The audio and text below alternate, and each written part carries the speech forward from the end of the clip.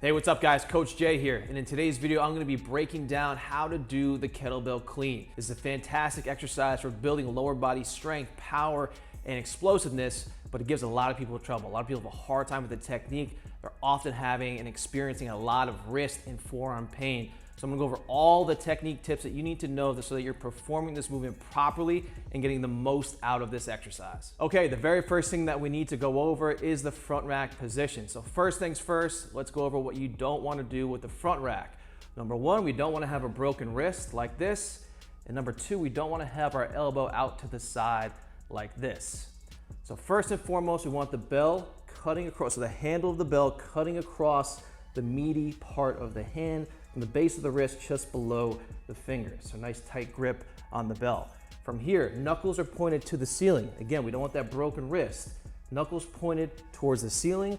We want to have a pretty vertical forearm as well. And lastly, remember, we don't want the elbow out here. We want the elbow pinned nice and tight to the body. Once you've established a strong front rack position, let's start building this movement from the ground up, starting with a strong deadlift position. So you want to stand pretty much over the top of the kettlebell in somewhat of a squat stance. So feet a little more than shoulder width. You can angle the toes out slightly, but try and keep those toes pointed straight ahead. I want the handle of the bell cutting across the midfoot. So again, we don't want it completely underneath the body. We don't want it too far out in front, cutting across the midfoot. Now we're going to hinge at the waist to come down to grab our kettlebell. So we're establishing that strong deadlift position. So hamstrings and glutes are engaged. Remember, we're hinging at the hip. This is not a squat like so. So hinging at the hip, we're gonna grab the kettlebell towards the inner part of the handle. We wanna have a loose but tight grip on the bell. If the grip is too tight, we're gonna have a difficult time having that bell rotating smoothly around the wrist.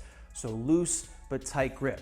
So we're grabbing that bell, we're gonna pack the lat down and back of the arm that's grabbing, engage the hamstrings and glutes, pull the chest up. Now we're ready to start pulling. One of the most important things to know about the kettlebell clean is that this is primarily a lower body explosive exercise. So there certainly is some triple extension, there is some shrugging, there is some pulling with the arm, but we're deriving all of our force production to propel that bell up into that front rack from that lower body. So always think jump the weight up, be explosive to get that weight up into the front rack position.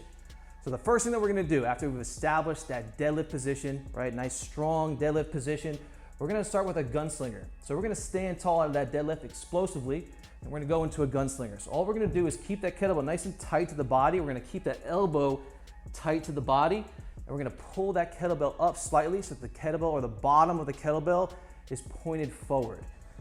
So strong deadlift position, we're here, stand tall, keep that elbow tight to the body, point that kettlebell forward, go into that gunslinger. So let me show you guys from the side. So once we come to extension, that's when we start to pull into that gunslinger position.